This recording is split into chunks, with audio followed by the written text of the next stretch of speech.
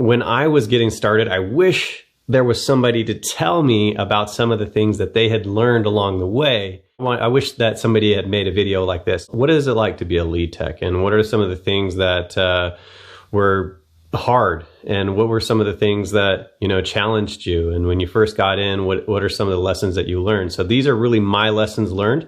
I'm by no means a guru in leadership.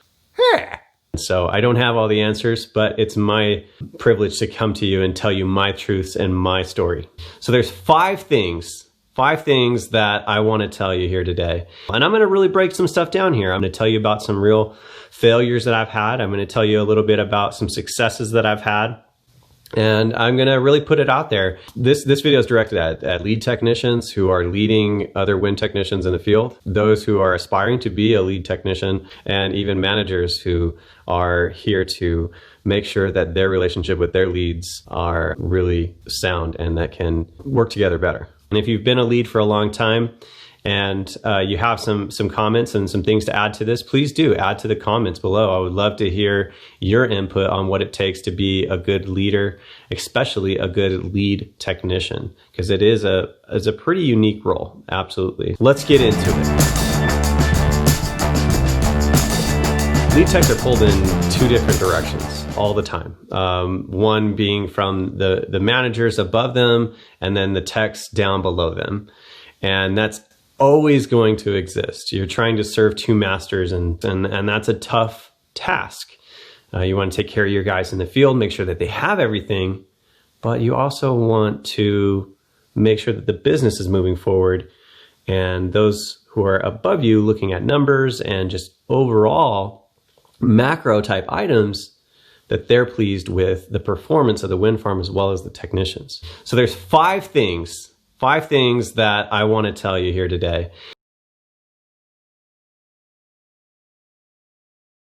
Step number five. Step number five.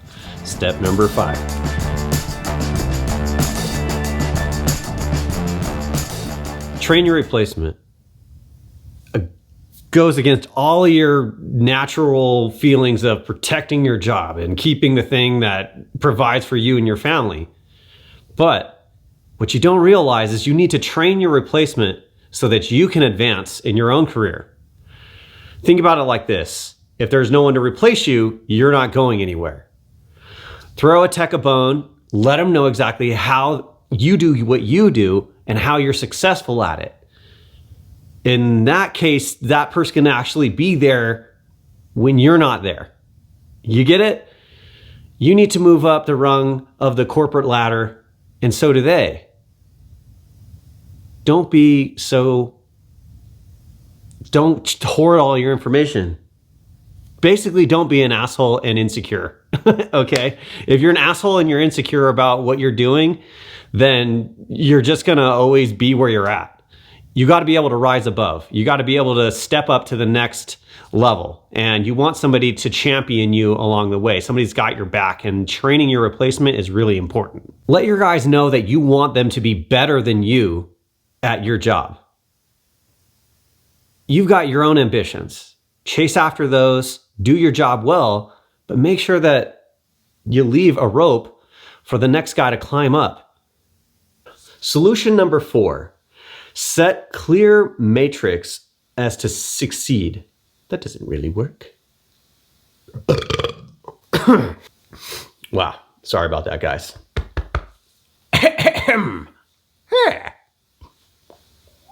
How now, brown cow? Solution number 4. Step number 4.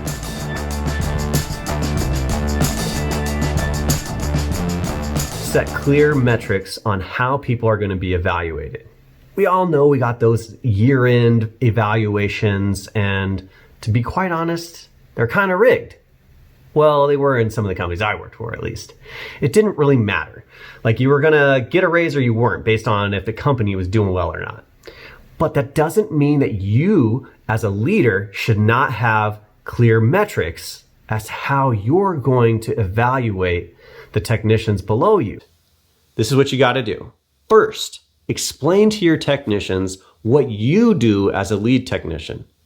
Go through everything that you have to do, what your responsibilities are.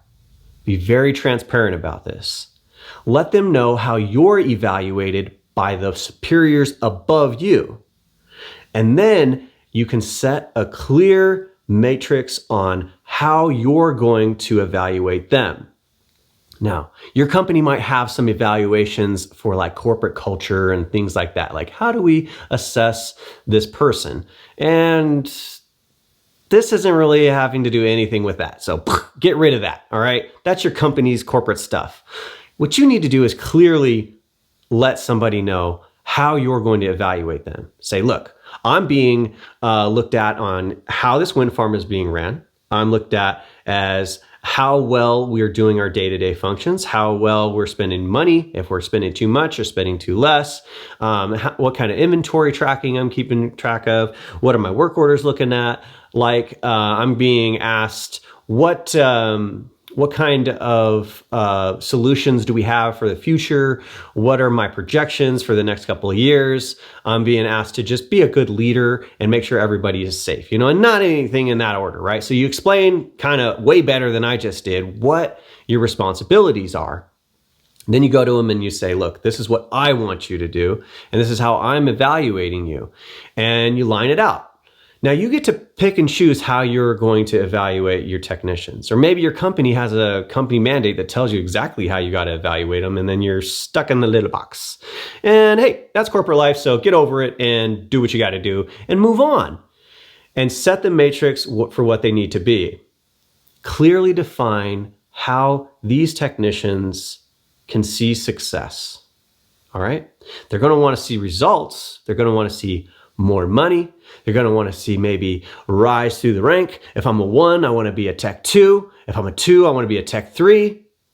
How do you do it? How do you clearly define it? If your company doesn't have that defined already, you got to help them do it, because people need to know what they need to do to succeed and to make you happy. And when they make you happy, let them know. You made me happy today, boys. You're doing a great job. Don't hold back on those compliments. Keep them coming, man. We like that shit. Step 3. Get organized. Organized with your materials, organized with your tools, and organized with your communication. But let's focus on this part. The organization of your documentation.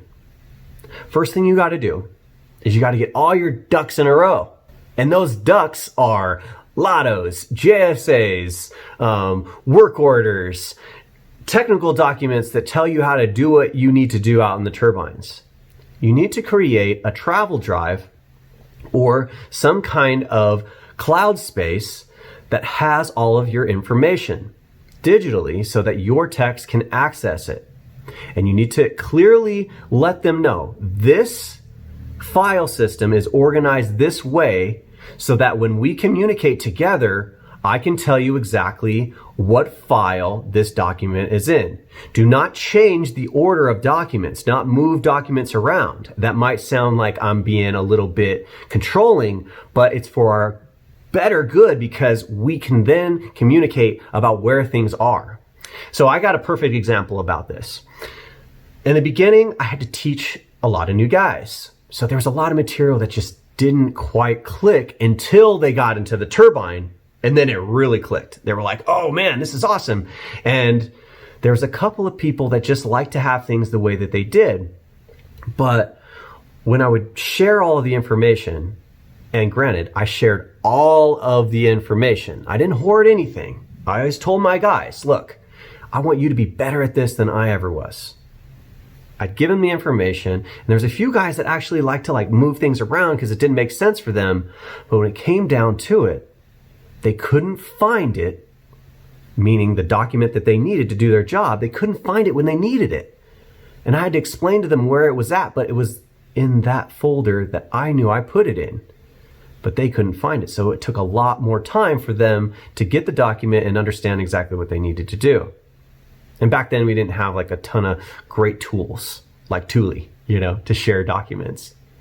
So perfect example of how to get organized. Get organized with your documentation and all of the things that you need. Also, get organized with your tool. If your shop looks like crap, clean it up. Put everything in a place where you know that's going to be next time. The thing that people fight about the most in the field, aside from, football or whatever, is actually, where's the tool? Do you have the tool? Do I have the tool? A lot of these tools are really expensive, and we might want our company to buy an abundance of them, but it doesn't really make sense all the time. So the tools we do have, we have to keep them in a place that we all know that they're at. And if they're not there, then we know somebody has it. And then that person should be like, hey, I got it. It's over here. I'm going to be done with it today. I'll put it back. So just a couple examples of how to get organized and how that'll help you be a better leader. Number 3.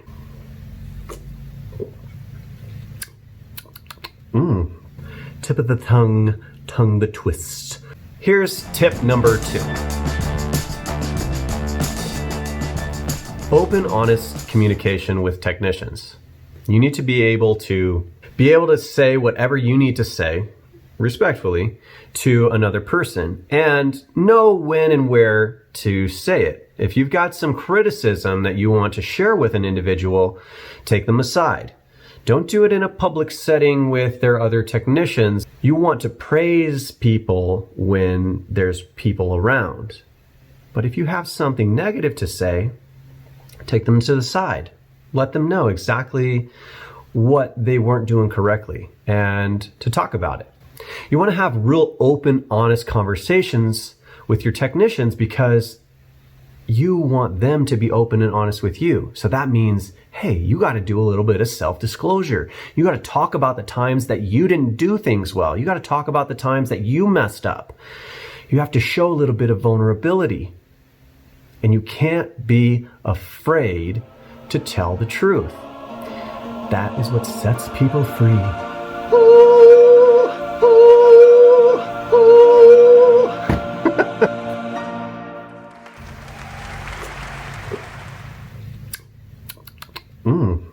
So let me give you an example when 2 techs weren't getting along so well. Talk trash behind each other's back. Because that's what you do, right? I preferred to actually go out into the field and work alongside them and help them work through their issues with the individual. I like doing that better than in my office. The whole office experience doesn't feel good. It feels like a pressure cooker. The door's closed, They can still hear through the wall, so it doesn't really matter. So you might as well just go out, go for a drive, or go in the turbine and do some work with somebody and talk to them. So I would talk to an individual and say, hey, look, I know it, man. It's hard to get along with people. You're having some issues. Tell me what they are. Let's talk about them. And eventually, all of the garbage would come out. Tell them a time where you had that experience. You kind of lowered yourself to that level, right? Because you all done it. But then give an example of when you rose above that level and what the positive things were that happened. So I shared an experience of, being fired from a company and coming back and then working with this individual who fired me and rising above that and saying, hey, look, you got to get over your differences so that everything can work out. And he's like, oh, okay, I get that. That's a quick example of having open, honest communication and really communicating about your own faults and that you're not perfect. Because you don't want your team to think that you think that you're perfect. Have some humility. Be humbled by all of your experiences. Remember them and communicate them to your team. Step number 2. I thought step number 2 went well. Cheers to step number 2. Ching! I digress. We continue on the journey to mythical freedom of technical leadership. And the first of which is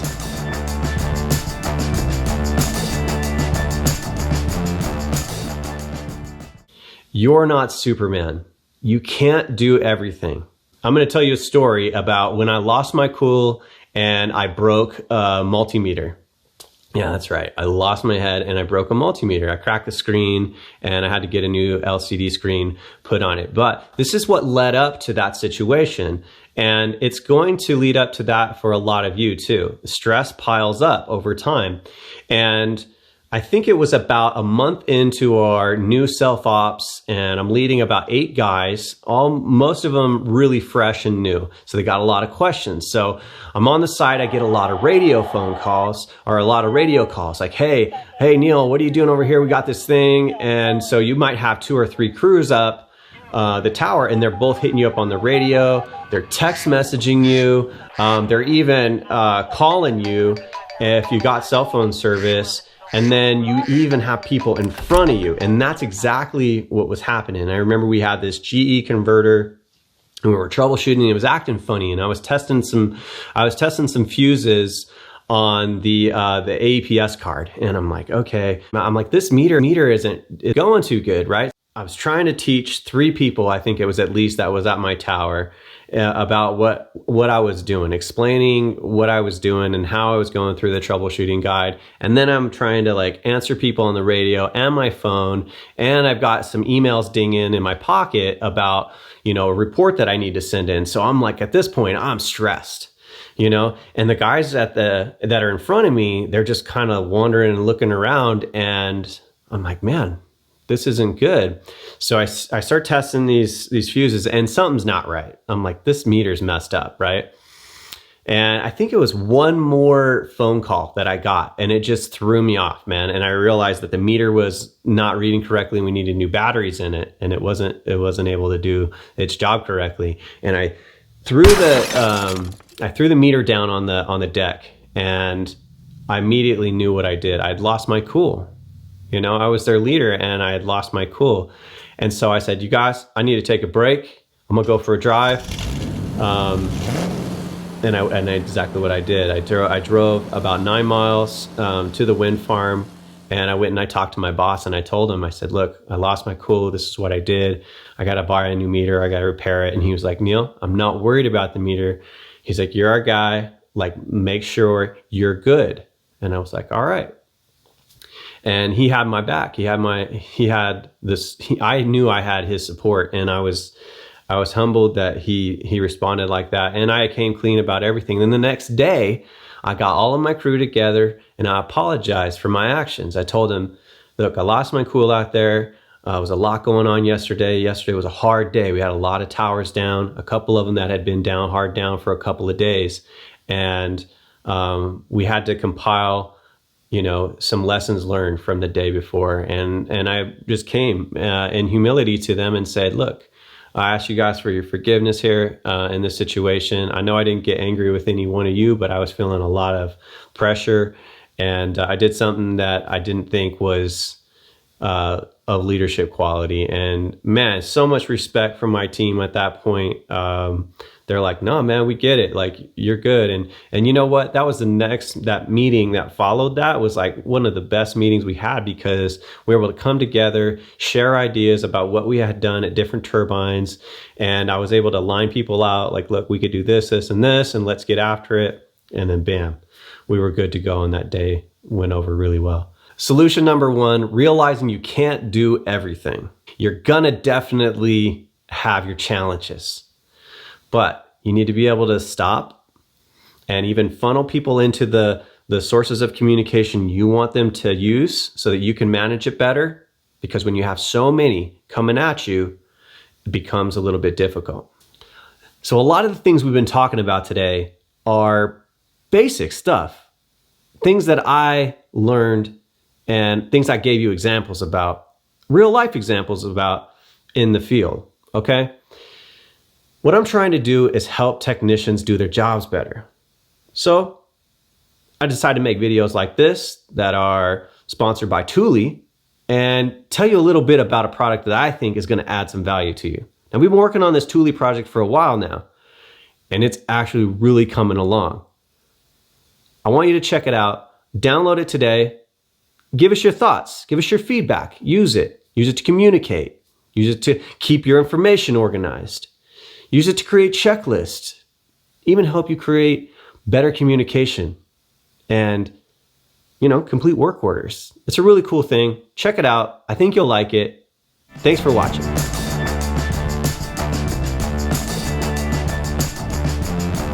And then, you know, and I started to get these gray hairs. That's when it first started, for sure.